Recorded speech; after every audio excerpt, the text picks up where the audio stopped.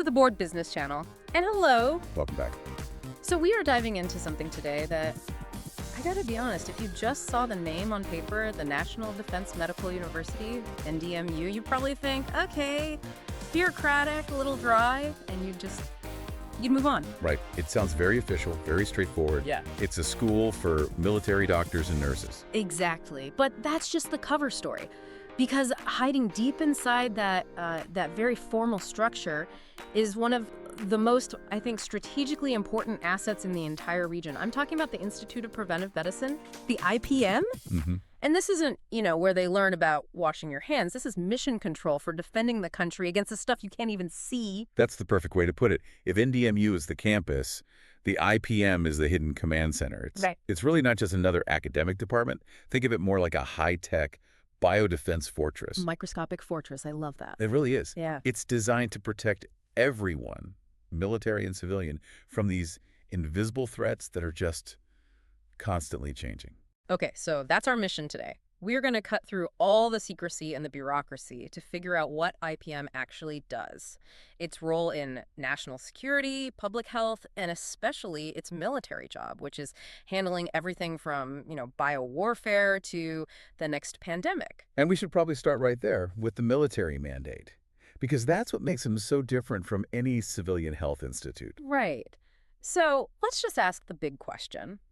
Why is this super advanced disease lab part of the military system, the Guozhen Tixi? Yeah. Why not stick it under the Ministry of Health or something? It really all comes down to the nature of the threat and honestly just speed. Speed. Yes, speed. Putting IPM under the military gives them this incredible operational capacity. A civilian lab, they have to deal with funding cycles, public hearings, red tape. It's slow. Oh, yeah. So much red tape. But a military unit, they can trigger emergency protocols instantly. They get resources, move people, all without waiting for some public health declaration to be signed. So they're just built for speed and secrecy from the ground up, which makes a lot of sense, considering what they're supposed to be stopping. Precisely. They're facing two really high-stakes threats. First, you have biological warfare. Yeah. Actual weaponized diseases. That is obviously a military issue. Obviously. And then number two, which is what we've all experienced, is the emergency response to a sudden outbreak, like SARS, like COVID-19. They can't wait for it to become a crisis. They have to already be prepared for the absolute worst-case scenario. So that ability to just bypass the bureaucracy, that's their real strategic edge. They get from the lab to the field faster than anyone else. That's it. IPM's whole purpose is to be the technical backbone for the country's biological protection strategy. And this isn't just lab coats and beakers. It's planning, it's training military teams in biodefense. It's turning intelligence about a new threat into an actual plan to protect people. And of course, if you're working on something like military biowarfare research, you're not going to be putting out press releases. The sources say it's all surrounded by this high degree of secrecy and specialty. That secrecy is a requirement. It's not just for show. If you're building a defense against a biological weapon, the research itself is top secret intelligence. Right. You can't just tweet about it. No. You can't say who you're working with or what you're studying without giving away your entire defense plan. Their biggest successes are probably the outbreaks the public never even hears about. That secrecy, that military mandate, it leads us right to the facility itself. Because you can't do this kind of work in a basement lab. You need something special. You need the crown jewel. Let's talk about the P4 lab. Yes, this is where it all comes together. We're talking about a P4 laboratory, biosafety level 4. Okay, break that down for us. So the levels go from BSL-1, which is kind of like your high school biology lab, all the way up to BSL-4. P4 is the absolute peak of biocontainment on the entire planet. And here's the kicker, the thing that puts IPM on another level. It has Asia's first P4 lab. That just sounds like a massive deal. Why is that P4 thing so critical? It's everything. It determines what you can work with. You need a P4 lab to safely study the most dangerous pathogens in the world. We're talking about viruses that are highly infectious, spread through the air, and have no known cure or vaccine. Like Ebola, things like that. Exactly like Ebola, Marburg virus, new hemorrhagic fevers. If you want to figure out how to stop the deadliest things imaginable, you have to have a P4 lab. It's non-negotiable. Okay, so if a P3 lab is like a bank vault, what's a P4 lab? Give me an analogy for just how intense this is. Oh, it's way more than a vault. Think of it like A fortress inside another fortress, inside another one. Scientists go through multiple airlock chambers. They wear those big, puffy, positive pressure suits. The ones that look like astronaut suits. The very same. They have their own air supply. Yeah. And literally every single thing that comes out of that facility, air, water, trash, it has to be either chemically boiled or baked in an oven to kill every last microbe. Wow. So the goal isn't just to keep the germs in a jar. The goal is to make sure that even if there's an earthquake, the power goes out. Nothing gets out of that building. Ever. Precisely. Failure is just. It's not an option they can consider.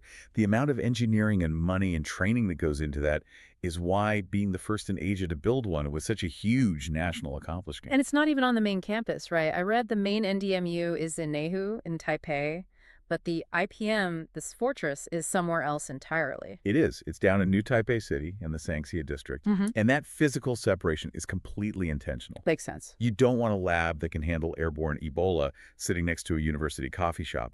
The location gives them the security and the independence they need. What's so fascinating is what this does for them on a global scale. Having Asia's first P4 lab makes them like a leading indicator facility for the whole region. They're the benchmark. And that is so important because the Asia-Pacific is a hotspot for new diseases jumping from animals to humans. So when some strange, fast-moving virus pops up somewhere in Southeast Asia, They're one of the only places that can handle it. one of the very few. They can get a sample, analyze it safely, and give an early warning to the rest of the world. Their work can literally save millions of lives before anyone else even knows there's a problem. Okay, so we have the military strategy, the secret fortress, the ultimate asset. Let's get to the results. When a crisis actually hits, what is the product line that comes out of IPM? They are the nation's epidemic vanguard.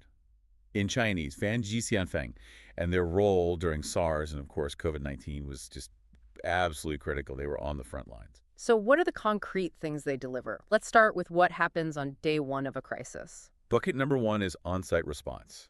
This means getting out there, into the field, real-time investigation. When a weird cluster of pneumonia cases appeared, IPM's experts were the ones putting on the hazmat suits and going in.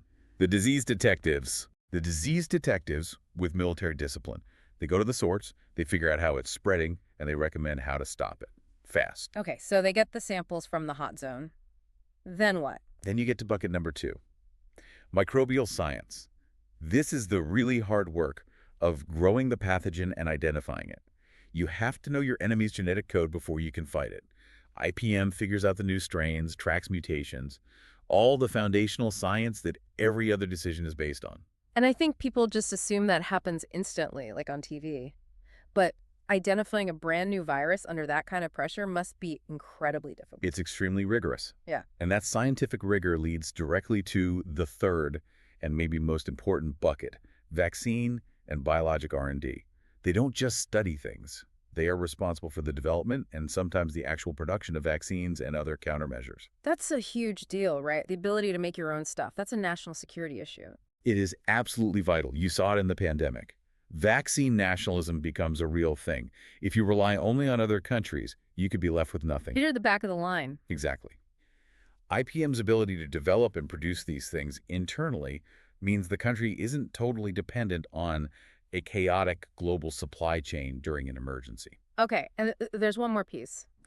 They connect all this top secret work back to the private sector. Yes, bucket four, industry support. They're like the national seal of approval. The sources mention how they help private companies develop tools like the fully automated nucleic acid test kits. So the companies make the machines. And IPM provides the validation. They provide the live virus samples to test against. They develop the safety protocols. They make sure the tech that gets rolled out to the public is actually accurate and safe. This really is the story of the unsung heroes. While we were all worried about masks and lockdowns, IPM was this quiet engine running in the background, making sure the entire national response was based on real science. That's exactly it. And can you just imagine the pressure? Working inside those suits with the world's deadliest diseases, knowing that every minute you save could save thousands of lives. Their contribution is so huge, precisely because it's so hidden. So what we're really looking at is this incredible mix of military strategy and super high-level biomedical science. It's a defense agency protecting public health, and it's all built around Asia's first P4 lab. This secret, ongoing work is basically the foundation of national resilience. And that's the main takeaway for you, the listener, to think about. The security we all feel from the next pandemic or some other biological threat, it's paid for by work you will almost never see. These threats are changing every day. So how much unseen preparation, how much just grueling scientific work is required every single day to keep us safe from an enemy we can't even see. It really makes you appreciate what these biodefense scientists do. You know, that commitment to quiet, strategic preparation, all the thousands of little steps that nobody sees that lead to one huge success. It actually reminds me of a conversation I had with Steve, the executive director of Arizona Taiwan office, about the quiet dedication required in these strategic cross-border efforts. It's really the behind-the-scenes work that makes all the difference. The Board of Business channel. Make sure to hit the like button, subscribe, and ring the bell for notifications.